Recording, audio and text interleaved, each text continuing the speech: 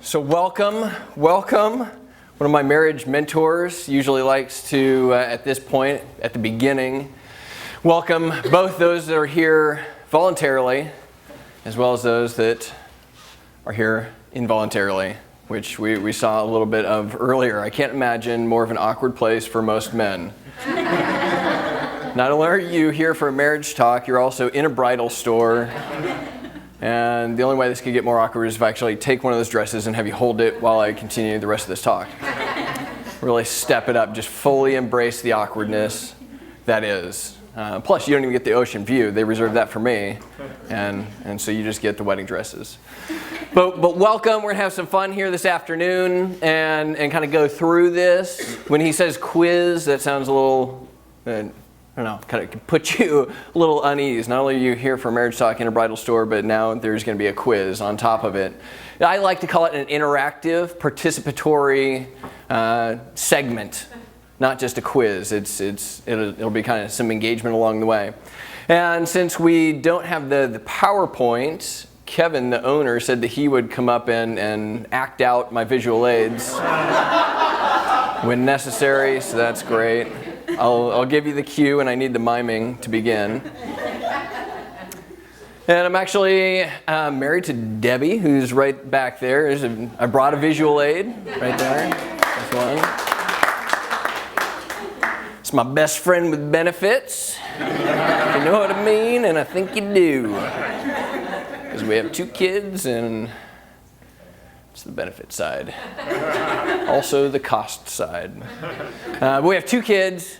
David and McKenna. David is 4, McKenna's 2, so we're at that younger age stage of life, which is both adorable and very exhausting all at the same time. But also at that point where the kids just say the funniest things and both make us feel awkward and other people feel awkward, and they're just kind of like figuring out. They have no idea that they've said anything weird at all. David the other day had said something, and we were like, David, where did you hear that? And he was like, oh, the guy told me. We're like, which guy? He's like, the brown guy that looks like he's pregnant, but he's not because he's not a mommy. Okay, it's one way to describe a person. So we're going to work out of that and hopefully move forward. And he, for them, they're just processing everything. The other day, David was playing with the iPad. And I was like, David, what happened to the kids' YouTube app on the iPad? He goes, I have no idea. It disappeared when I touched it while it was doing this. I was like, hey, you nailed it. That's exactly what happened. You got the apps wiggling and you jammed on it and it's gone. You deleted it. Excellent. But he also has his cute moments as well thrown in the mix. The other day, him and McKenna were watching the TV, and they're kind of like snuggled up next to one another, and he just reached over and touched her face. He was just like, I love you, sissy. You're always going to have a special place in my heart. I was like, aren't you adorable? If we could just get that like 90% more time thrown in the mix, a little bit less of the other action. And then McKenna, she's at 2, we're still getting ready to work into the non-diaper stage, which those diapers are usually a pretty safe bet to catch most things. But then sometimes in rough and tumble play, they get twisted and kind of thrown off. Well, the other day we were at Chick-fil-A, and she was sitting on my lap as we were eating, and all of a sudden I kind of felt something warm, and somehow she managed to pee my pants. It's like I didn't even know that was possible, but apparently it has happened at Chick-fil-A. You're welcome, fellow customers. And then McKenna, she is adorable. If we had the picture up here, you'd be amazed. She's just so cute. But the other day that David and McKenna were playing around, and she had the computer because they were watching a video off the computer. Apparently our kids watch way too much. All the stories involve an iPad or a television or a computer. But as they were watching it, McKenna had it on her lap, and her belly was coming over the touchpad, so it kept starting and stopping the video. And then finally David was just getting kind of frustrated, but he was also just kind of looking at it and checking out her stomach, and he's like, wow, sissy, you have such a big belly. She was just like, oh, thank you, Bubba. She's just at that stage of life too where you can and she takes everything as compliments, which is amazing. I hope she hangs on to that trait forever. You just be like, McKenna, this actually happened. I was like, McKenna, your shoes are on the wrong feet. She's like, oh, thank you, Dada. Keeping it going. It's like, hey, all right. No change. But I was like, that would be a nice trait to maintain. Imagine all of our marriages, how much infinitely better they would be if we just accepted everything our partners say as a compliment. Debbie was just like, wow, Ryan, you really are starting to get a receding hairline. Oh, thank you, Debbie. Thanks for noticing. Just everything's are compliments. That would be amazing. All right, so Philip had kind of shared my background a little bit, which I do have a PhD in interpersonal communication, which is kind of the specialty for the communication PhD that I did. And essentially what I do most is emotional intelligence type of work for just kind of interpersonal things, work-related, and marital relationships as well, that emotional intelligence piece. And then beyond the PhD, I've also kind of got on to get certifications in a few other marital programming. So what I'm going to be teaching from today comes from Gottman's 7 Principles for Making Your Marriage Work. It's a book that's sold over 1 million copies. It's backed with decades of research. He's now been doing research for 4 decades with thousands of couples. And it's a really amazing program. So I've got a certification in that, as well as in Bringing Baby Home, which is making the transition to parenthood. So from kind of married couple or newlyweds or just dating and seriously to then making that leap to parenthood. And then I've also a certified facilitator in Prepare and Enrich, which is an assessment and walkthrough program for couples, as well as the SYMBIS assessment, which stands for Saving Your Marriage Before It Starts, certification as well. So I tell you all of that just so you can fully realize how big of a marriage nerd I truly am. So all of that, and also to say that I have a serious addiction to marital certifications, which I should probably get some help for at some point. In fact, the last one, the SYMBIS one that I did, I actually emailed them. I ended up getting a steep discount because I emailed them. I was like, I'm really interested and I would love to do this, but if I buy another marriage thing and my wife catches me, my marriage is really going to be in trouble. So please, can you help me out with this? And they did, which was great. So it's been a lot of fun to kind of get a full background in a lot of different areas of research and ways that people are doing things. So like I said, the Gottman Institute, which is John Gottman's institute, along with his wife, Julie Gottman. John Gottman, for those of you that aren't familiar, spent most of his years at the University of Washington. He has kind of become famous in a lot of circles because he has actually found a way to predict divorce with 90 to 94% accuracy, which we'll talk a little bit about today. And his wife is a clinical psychologist, so she does a lot of work one-on-one with couples, and really they have gone on to save thousands of marriages and are known across the world for their research. So I commonly like to refer to him as my academic man crush.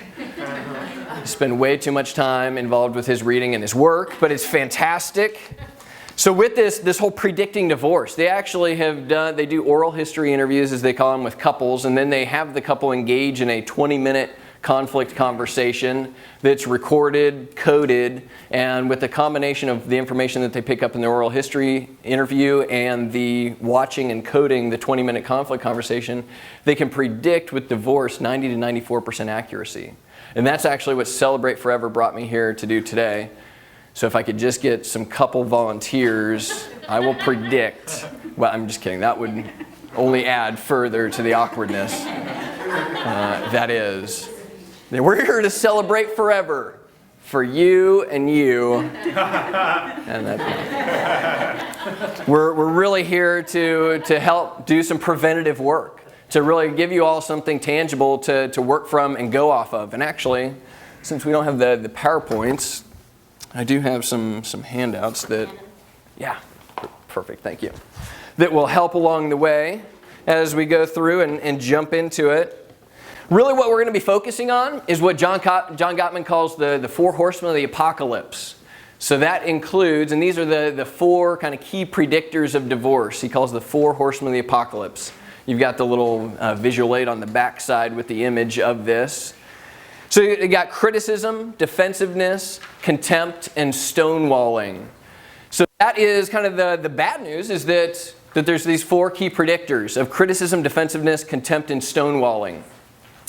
And we're going to kind of give some clarifications along the way, but actually as a part of this is that with each of those, all happily married couples, or masters in relationship as Gottman calls them, also have the occasional criticism, defensiveness, contempt, and stonewalling. Typically there's no relationship that is void of all 4 of those things. Those things occasionally come up. The difference between the happy couples and unhappy couples is that the happy couples tend to catch themselves engaging in the criticism, contempt, defensiveness, and stonewalling, and try to do some repair and work out of that, versus the unhappy couples that don't even realize they're doing it and are so ingrained in it that it's become the predominant force in their relationships. So that's kind of the bad news of those. The good news is that Gottman's 4 decades of research have led to all sorts of anecdotes, as he calls them. So the anecdotes to the 4 horsemen of the apocalypse. So for criticism, we'll get to these in detail, is the gentle startup. For defensiveness is taking responsibility. For contempt is building a culture of appreciation and fondness and admiration. For stonewalling is doing physiological self-soothing. What's fascinating about this research is that the unhappy couples that he tracked over time, and some of these couples he followed for as many as 20, 25 years throughout the course of their marriages, but he found a common theme, and there's all of this communication in the relationships is linked back to the physiology in a lot of ways, which has been incredibly fascinating. They've actually shown that the unhappy couples, so those that he calls disasters in relationship, are actually 34% more susceptible to sickness and illness and infectious diseases. So the negative communication really wears on their bodies and breaks down their immune system, which is an incredible finding. They also found that those unhappy couples had a shorter lifespan of anywhere from 4 to 8 years. So all that to say, it might be worth sitting in this bridal shop on a Sunday afternoon listening to a marriage nerd talk about this, because I can add years to your life, people. And not just get by years, but awesome years. That was the difference also between unhappy and happy couples. Happy couples enjoy all of those years and enjoy the extra years that they get from those benefits of being in a couple like that. And that's really quite incredible. So really, when you're looking at that guide, the 4 horsemen and the anecdotes to those, the 4 horsemen really cause escalating conflict in relationships. The anecdotes cause de-escalating in conflict and tension in relationships, and that's kind of the overall difference there. The other thing is this idea of 1 + 1 = 1 kind of an idea. The Celebrate Forever has this on their website, and they use this logo with their work, this idea of 1 + 1 = 1. When 2 individuals come together, they don't equal 2, but they equal 1. In fact, John Gottman says that every relationship is an intercultural experience. He's basically saying that each person in a marriage brings with them their own culture from their own family of origin. Even if you're from the same town, in the same state, from the same ethnic background, you are still coming from 2 different families that have 2 different family cultures, 2 different family traditions that you're then bringing in to create one new culture, which is the idea of the 1 + 1 = 1, is that you bring 2 people together, but those that are happy couples, those masters in relationship, do an amazing job at building one new collective culture and their own new set of traditions that they're going to pass on to their kids. Those that don't and kind of remain stuck in their ways and kind of over-connected and over kind of protective of their family of origin, those are the unhappy couples that don't do a great job of melding those together. So those couples that come together and create that oneness, and Gottman also looks in those oral history for what he calls we-ness, which almost sounds dirty if you don't really announce it clearly. We-ness and oneness is what he's going for. People that he really looks at the language. Do they use we, us, our? Or do they use I, me, mine type of language? That clearly indicates whether they've come together or they're still kind of separate. And they are those 2, the 1 + 1 = 2 type or the 1 + 1 = 1 type in the relationship. So it's really, really incredible. And those 4 horsemen that we're going to go through today really tear down the oneness in the relationship. And that's what the 4 horsemen do. The criticism, contempt, defensiveness, and stonewalling, that takes away and tears down the oneness and creates a separateness. That kind of individuality in the relationship where it should be one. So the first one that we're going to look at is criticism. So criticism, this is the first escalator in conflict. When you get criticism, things like you're so selfish. You get these kind of comments. Like, and these are, Gottman uses a list of these that he's commonly heard in arguments and other observations with couples. But, you're such an idiot. What's wrong with you? This house is a pigsty. You're such a slob. Why can't you ever remember anything? I told you 100 times to fill up the gas tank and you didn't. You're always so careless. Why are you so forgetful? I hate having to always sweep up the kitchen floor when it's your turn. You just don't care. These are all those criticisms. And what these are personal attacks. It's a character attack of the individual. They're statements that are really focused on the person's character and personality flaws from their perspective. So that's what makes a criticism so sharp and so painful, is that it's a character flaw that's being picked apart by the other person. So this is an attack on the other person. It's a general character assassination is what it comes down to. This is what Gottman calls a harsh startup.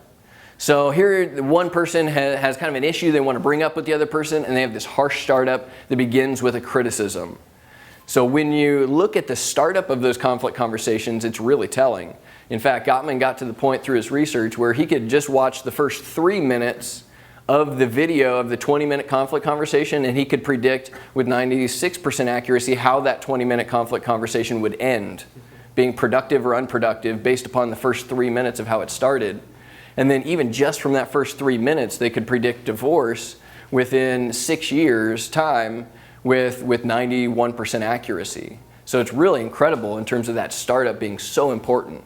So it's okay to have issues and have problems that you want to work through together, but it's really important to think about how you start that conversation that makes a world of difference for you, for the partner, for your relationship, and all of those that are connected to you, whether it's kids or whoever else. We take all of these personal relationship issues and they spill over into the workplace and vice versa. So the criticism. So here's a rhetorical question. And I emphasize rhetorical, maybe not a question, guys, that you want to raise your hand to, but you can just give it maybe an eyebrow or something if you really want to respond.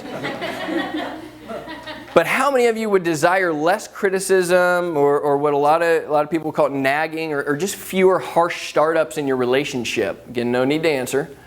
Just think in your head. But how many of you would desire less criticism, fewer harsh startups in your relationship? What's fascinating is that you guys all have the power to control that. They found that there was a link between the men's non-conflict communication and non-conflict interaction with their spouse actually predicted the startup of the female's conflict conversation. So the more positive and comforting and warm the male's non-conflict conversation, just everyday conversation was, the softer their wife's startup was in conflict conversations. The less positivity and warmness from the males in the non-conflict conversation, the harsher the startup. So they actually found that men have tremendous power in terms of how that later conflict gets started with them. So there's a lot of power in your all's hands to kind of think about how it is that you can approach that in such a way. So the de-escalator. So the criticism is the escalator. The gentle startup is ways to de-escalate situations, scenarios, conflicts, and interactions with our spouses. So this is what they talk about, really trying to be polite to one another. So having a gentle startup. What's fascinating is that Gottman has kind of talked about how oftentimes we treat total strangers and guests better than we do our spouses. So if you think of like a dinner party scenario, and the husband's got his drink, and he's walking around the house before everybody gets there, and accidentally trips and spills the drink on the carpet, and the wife's like, "You idiot! I can't believe this. This is why I told you to stay in the kitchen. This is ridiculous. Go get." It's just like going off on this guy, and then the guests come. And a guest is there with a drink and happens to trip and spill. And they're like, "Oh, don't worry about it. I got this. That was our carpet is long. I told him to get the shorter carpet. He got the longer carpet. I apologize for that. Let's refresh. Let's get you something else. Don't worry about it." And they're just overly positive and warm to the guest, but not to the spouse. So that's what they're talking about with having a gentle startup versus a harsh startup, and really ultimately what that means. The gentle startup portion of that is also outside of the non-conflict times as well. Is being gentle, being polite. Catch your spouse doing something good. They talk about that with parenting all the time. Catch your kids doing something good. So you don't just, always get on them for the things that they slip up on or don't do good, or when they call you a bird brain or whatever it is. That's a real life example. I didn't just make that up. So it's that idea of catching your kids doing something good. It's also the same for spouses. Catch your spouse doing something good. That's what Les and Leslie Parrott call positive withholds. Oftentimes we notice that our spouse did something really positive, but we don't actually vocalize it. We don't actually tell them that we saw that and we appreciated it. We just kind of keep it to ourselves. And it's really important to share those to build that culture of fondness and admiration that we're going to talk about as well. Also, the other thing with the criticism versus the gentle startup is that they talk about a 90-10 ratio, which is that if you have a harsh startup, 90% of the time, the other person's going to respond harsh. If you have a soft startup or a gentle startup, 90% of the time, the person's going to respond gently as well. So only 10% of the time can you start with a criticism, a harsh startup, and that person be responding from a place of gentleness. And same thing with if you have a gentle startup, only 10% of the time will people turn that into a negative and counterattack in the process. So here's a quick kind of tidbit you can take with you, which is what Gottman he says, criticism is bad. He says complaining, though, is okay. He said, actually, if you're going to voice things, you don't want to do it through a criticism, you want to do it through a complaint. So we're going to kind of work and train you all to be complainers, which I know is what you came here for. You're like, how can I spend my afternoon learning how to complain? I know. I'll go to a bridal store. So here you find yourself. So there's 3 steps that Gottman talks about to a complaint. The first is to say how you feel. Start with I feel and kind of fill it in. The second is to be very specific about the situation. Because we know about the criticisms, those are personality and character flaws. They're kind of all-encompassing things. It's important to really focus in on the situation or the actual instance. And then state, thirdly, here's what I need, want, or prefer. So here's how something like this might look. I feel upset, which is the first one. So I feel upset about a very specific situation. I feel upset that the dirty dishes are left out on the counter. And here's what I need. So I feel upset that the dishes are left out on the counter. I would appreciate it if you would please clean the kitchen each night before you're going to bed, if you don't mind. So that's a way to turn it from a criticism, from, you're a slob, you can never do anything, you can never put that stuff away. Avoiding the words never and always is a common thing you hear. So it's how I feel about a specific situation and what I need, want, or would prefer. So here's your opportunity to get the first gift card. This is a $10 gift card, so you can get the nice beverage each over at Starbucks. Not just the small black coffee, but we're talking the big guns. So I'm going to give you a criticism and look for a volunteer that can turn it into a complaint. So here's the criticism. You're always looking at your phone during dinner and never pay attention to me. You're so rude. So you're always looking at your phone during dinner and never pay attention to me. You're so rude. How can we turn that? All right. So what's your name? I'm George. George. Yes. Excellent. So how I feel about a specific situation and what you would need, want, or prefer. Okay. So I feel ignored when you look at your phone while we're eating dinner. I really appreciate that you respond to emails or texts when we're done eating dinner. Good. Excellent. Nicely done. Well played. So, and you can see how similar this is to Gottman's suggestion. I feel hurt and excluded when you're looking at your phone during dinner. I would appreciate it if you would please put your phone away and spend time talking with me. I look forward to talking, connecting with you when we eat dinner together. So you can see how that's a moment of connection, not a moment of conflict. That's something to put aside. Was that actually on your handout? Is that? Oh, okay. People were like snickering, and then I was like, was he too good? Was that? Did I already give that away? What's going on? But he nailed it, so it's perfect. It's a moment of connection rather than a moment of conflict. So the second of the four horsemen of the apocalypse is defensiveness. So defensiveness. This is when you've been attacked and you're protecting yourself. You want to defend your innocence through this defensiveness. So the defensiveness is really kind of this protective state that we found ourselves in. We've been criticized, our character's been attacked, and now we're defending out of that. And this is also when we kind of turn and blame our partner. So Gottman calls these cross criticisms. So we received a criticism and then we come back. One of the other marriage speakers that I do some work with is Jim Burns. And he always says, don't forget that when you point your finger at your spouse, you actually have 3 fingers pointing back at you. And if you have a crazy hitchhiker thumb like I do, you actually have 4 technically. Your spouse in the process. And that's where this is going from the initial criticism to the defensiveness. So this is where you kind of say, no, the problem's not me, it's you. And you point the finger. So this is kind of where you say the but. And it's like, yeah, but you. That's what I call the but you finger guns. It's like, psh, come out guns a-blazing. Shots are fired and you're like, return fire. But you got finger guns coming out. So that obviously escalates conflict when we do that. We just turn and escalate the conflict with them. So an example of a criticism. We heard some earlier. I'm really tired of you losing track of time and being late. You're always late. I'm sure that's not familiar to anybody in here. It's totally for an example. The defensive counterattack, this is the crossfire between the but you finger guns, is you're just too uptight. I've got a lot on my mind. I'm never that late. Besides, you were the one that was late last night. So they point the finger. The problem's not me. It's you. You're too uptight. You need to relax. And so it's the cross complaint. What we need to kind of also look for, I talked about this actually last time I was here, but talked about trying to recognize the emotional bid wrapped in anger or emotional bids wrapped in criticism. Is that behind those criticisms, behind those harsh startups, is actually an emotional bid, something that the person is longing for, desiring, or needing. And it takes a special kind of communicator to actually hit the pause button and be like, okay, wow, that stung a little bit, but I'm okay. And then, what are they really trying to say?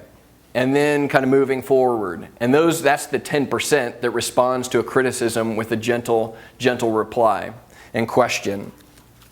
So that was the example of the counterattack. There's also what Gottman calls a defensive response from an innocent victim. So this would sound like, from the criticism, I'm really tired of you losing track of time and being late. You're always late. The innocent victim would say something like, I wasn't late on purpose. You're always picking on me. No matter when I get there, it's never early enough. I can't do anything right to please you. So that's the innocent victim defensive response and defensive stance on that. So the de-escalator, the antidote to defensiveness, is to accept responsibility. I know that sounds painful to most, but even when the person has a harsh startup, it's trying to find something that you can accept responsibility for. You don't have to take full responsibility of everything and all the relationship problems, but take at least a little bit of responsibility for something that you can see, I contributed to that. I had a role in that as well. And so an example of this is really looking for the yes, you know what, you're right, I did this. And that's where Gottman says you really, in accepting response, you have to really be careful not to do a yes but. Because you say yes to take some accepting of responsibility, and then you go into the but, and that's where, ba-boom, finger guns. Yes but, finger guns come out. And Gottman talks about this. He says, just like a tiny roach ruins the entire apple pie. So if you got this big, glorious apple pie and you see a little roach on it, you're like, okay, is there anything else? And it ruins the whole thing. Nobody sees a little roach in apple pie. It's like, well, we can still, this is okay. But that's what the yes but does, is that the yes is accepting responsibility, and then you go into the but, and it ruins your initial yes. Your initial acceptance is now kind of ruined and spoiled by the following but statement. So you can quickly reduce tension by accepting responsibility. You can de-escalate and prevent conflict in doing so. So here's an example. So we go back to our example. I'm really tired of you losing track of time and being late. You're always late. So to accept responsibility, we might hear something like this. You're right. I'm sorry for being late tonight. I'll try harder to be more aware of the time. So they're simply accepting some responsibility. They're not kind of getting into global things. They're not returning fire, saying, you know what, you're right. I was late tonight, and I apologize for that. I'm going to work on that the next time. And then hopefully actually try to do that. But you want to keep those but you finger guns holstered. That's the key. Keep them holstered, because when they come up here, finger pointing, no good. So here's an example of this, and we'll get to our second gift card for those that are working through this with us. So here's the criticism, and for the gift card, I want to hear somebody that can find a way to accept responsibility. So the criticism is this: why can't you ever remember anything? I told you 100 times to fill up the gas tank and you didn't. You're always so careless. So how can we accept responsibility? I'll read it one more time. Why can't you ever remember anything? I told you 100 times to fill up the gas tank and you didn't. You're always so careless. All right. And what's your name? Richard. Richard. Yeah. All right. So how would you accept responsibility on that? You're right. You're right. I'm sorry. I must have lost track of time. I'll make sure to put better effort to remember to fill up the gas tank. Excellent. All right. There you go.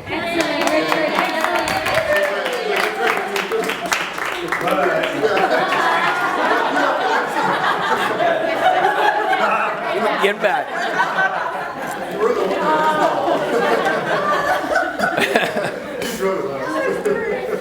That's when the man just wakes up at 2 a.m. in the morning, just, but!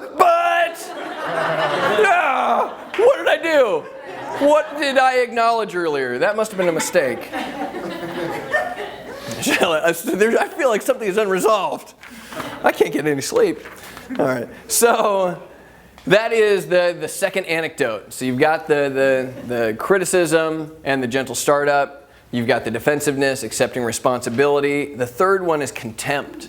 And this is actually the highest predictor of divorce. Contempt is what Gottman calls basically kind of acid for relationships. It's like pouring fuel-suric. I cannot say that word for the life of me. I'm just going to stick with acid, if you don't mind. We can Google it later, and I'll put it into dictionary.com, and I'll hit the enunciation verbiage, and I'll have the lady with the British voice come on and give me proper enunciation of that word. But basically, it's like pouring acid on a relationship. Contempt really is the number one predictor in divorce. And this is what contempt is, because I had no idea what contempt was before studying this and getting into it. Contempt is essentially when you feel and act superior to your partner. So these are people that kind of put themselves up on a higher plane, put themselves up on a little bit of a pedestal, sort of look down at their partner and speak that way. They think that way and they speak that way. So some of the thoughts and the attitude behind a contemptuous person is that they're thinking and speaking and relating to the person from this place of, I'm better, smarter, neater, cleaner, more punctual, etc., etc., etc., than you. And that's the contemptuous mindset, is that I'm kind of up here on this pedestal, kind of looking down, that I'm better than them. I wouldn't have done that. That type of mentality for all of these sorts of things. These contemptuous people, they're actually scanning the environment for the mistakes of their partner. So rather than catching them doing something good, these contemptuous people are really proficient at finding ways that they're making mistakes and then jumping on it. And they're all too happy to tell them when they find something.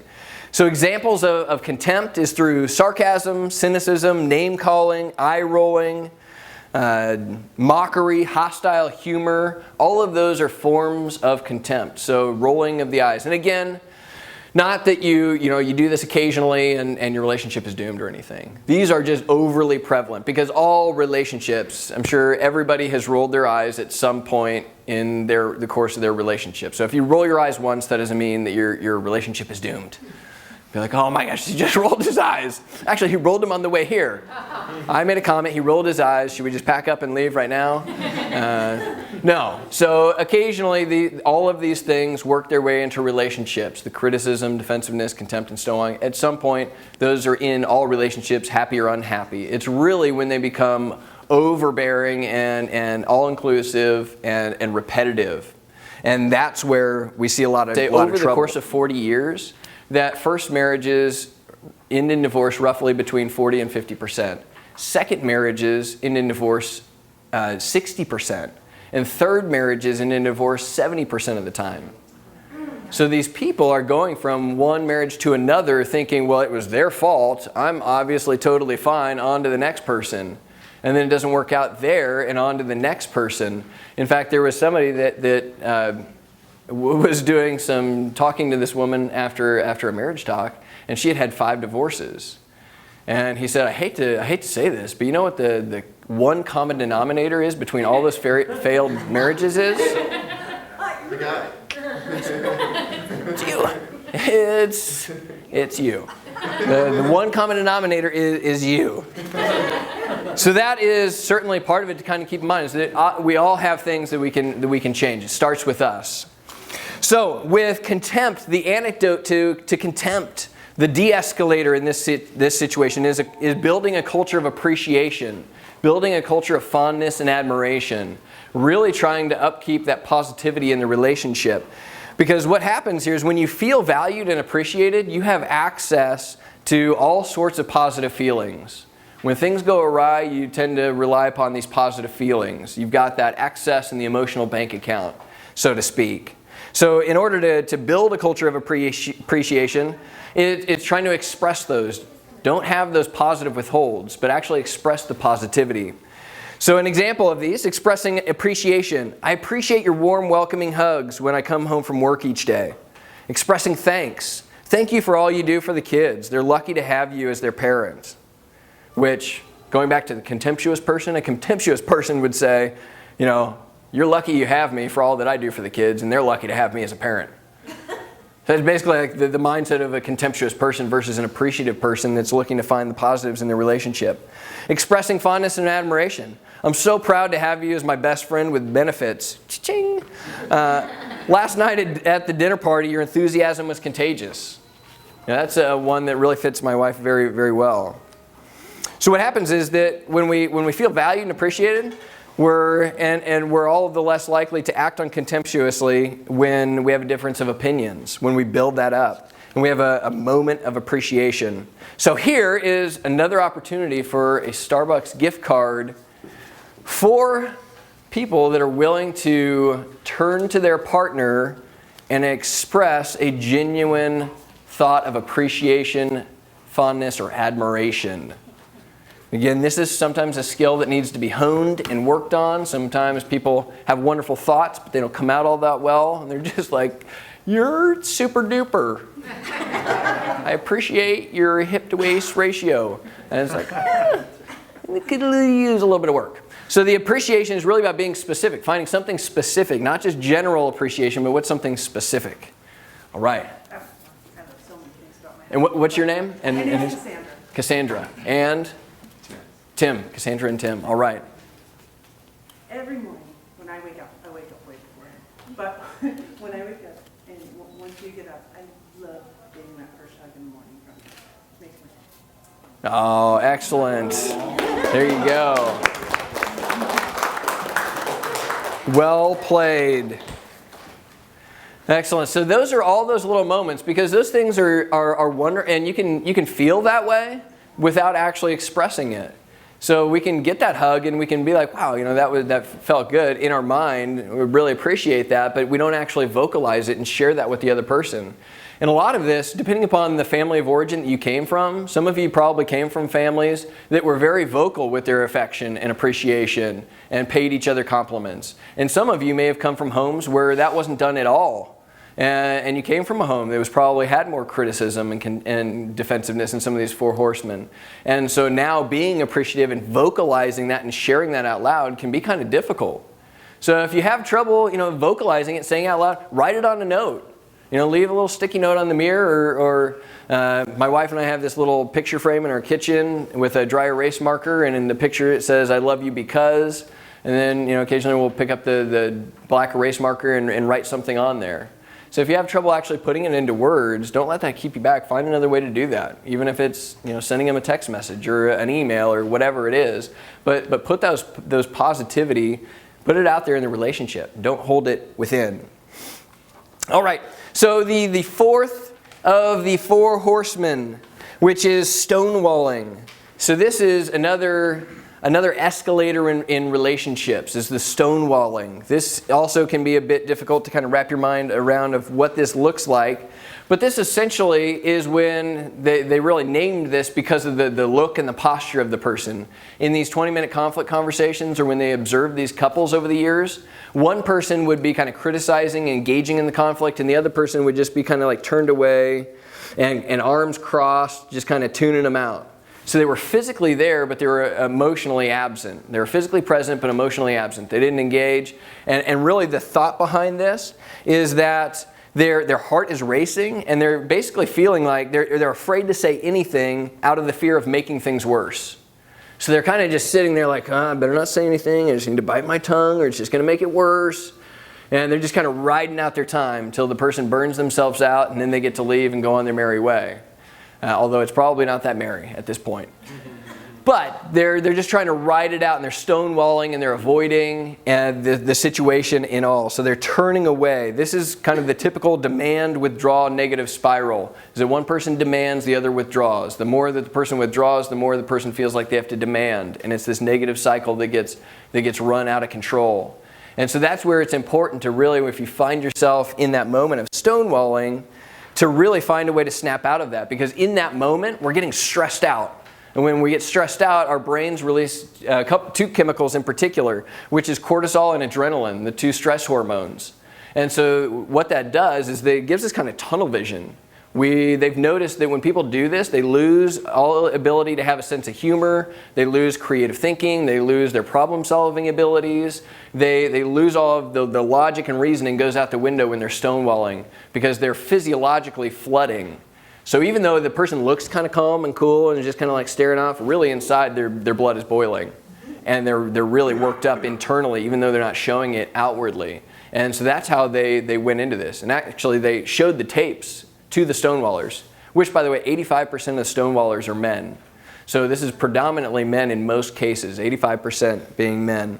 But they actually showed the tape of the men and occasionally the women stonewalling to the person that was stonewalling and said, what were you thinking? What was going on in your head in this moment? And that's where they got the internal monologue of this person, which sounds a lot like this. So imagine coming home from work and being met with a barrage of critical statements and demands, such as you're late again, or you forgot to bring home the groceries again. You think to yourself, this is never going to end. I don't need this.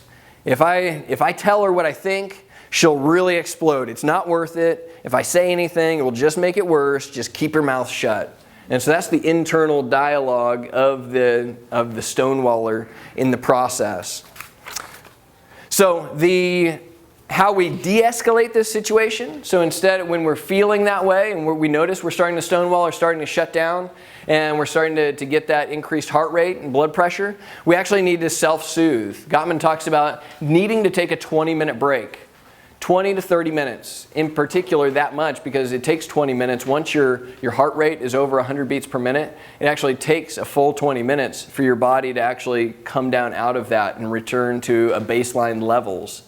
And when you do that, and you are able to de-escalate physiologically and then come back to it, now all of a sudden you've restored all of these things. You've restored your sense of humor. You've restored your creative thinking and problem solving, and your emotional availability returns, and you're able to actually come back to it. So it's important to take that break. So there's four things to kind of think about when self-soothing. So this is the fourth anecdote to the four horsemen. One is to recognize the warning signs of emotional flooding. So for you, if that's something that you deal with, what are the warning signs? Sometimes it's sweating, whether it's the palms or forehead. Sometimes it's the increased heart rate and blood pressure and all of these different things. I'm now battling with a puppy dog for attention. So those are all the warning signs. And actually, if you're not the stonewaller, but your spouse is, when you recognize those types of things happening to your spouse, be willing to say, hey, let's take a break. Let's walk away from this for a little bit, and let's circle back around later. So that's the first one, is recognize the warning signs. The second one is tell your partner that you need a 20-minute break, so express it. The third is to actually take the break. And the fourth is when you come back, you return and listen to your partner's concerns. So for another gift card here, when you're taking this break, what are some key things to do or not to do while you're on the break? Don't drink. Don't want to do that. I feel better. Let's do this. Bring it on. So thinking about this 20-minute break and trying to bring your heart rate levels down, reduce the cortisol and adrenaline levels, what are some effective things that we could do during that break? Yeah. Maybe take a walk and just focus on your breathing, just to Excellent. come down a little bit. Yeah. And what could be excellent. Take a walk for sure, kind of release some of the energy through the walking, focus on the deep breathing, which would help. What would be something you would want to avoid doing? Maybe zoning out on TV or your phone and not focusing on what's really in front of you. With the deep breathing and Distractions are maybe not such a good thing because you're not thinking about what you want to say and what's happening. You're kind of redirecting your attention to other things. yeah, so the walking, stretching, getting off of some of the adrenaline, all those different things is really important to get some fresh air. Focus on your breathing, and then from the other aspect of it is that actually you in some ways listening to your favorite music or something that helps you to relax is really helpful. But actually you do want to kind of take your mind off of the particular issue. You don't want to just sit and ruminate and come up with all your counterattacks. You don't want to think through all your finger gun comments that you're going to bust out when you come back to it.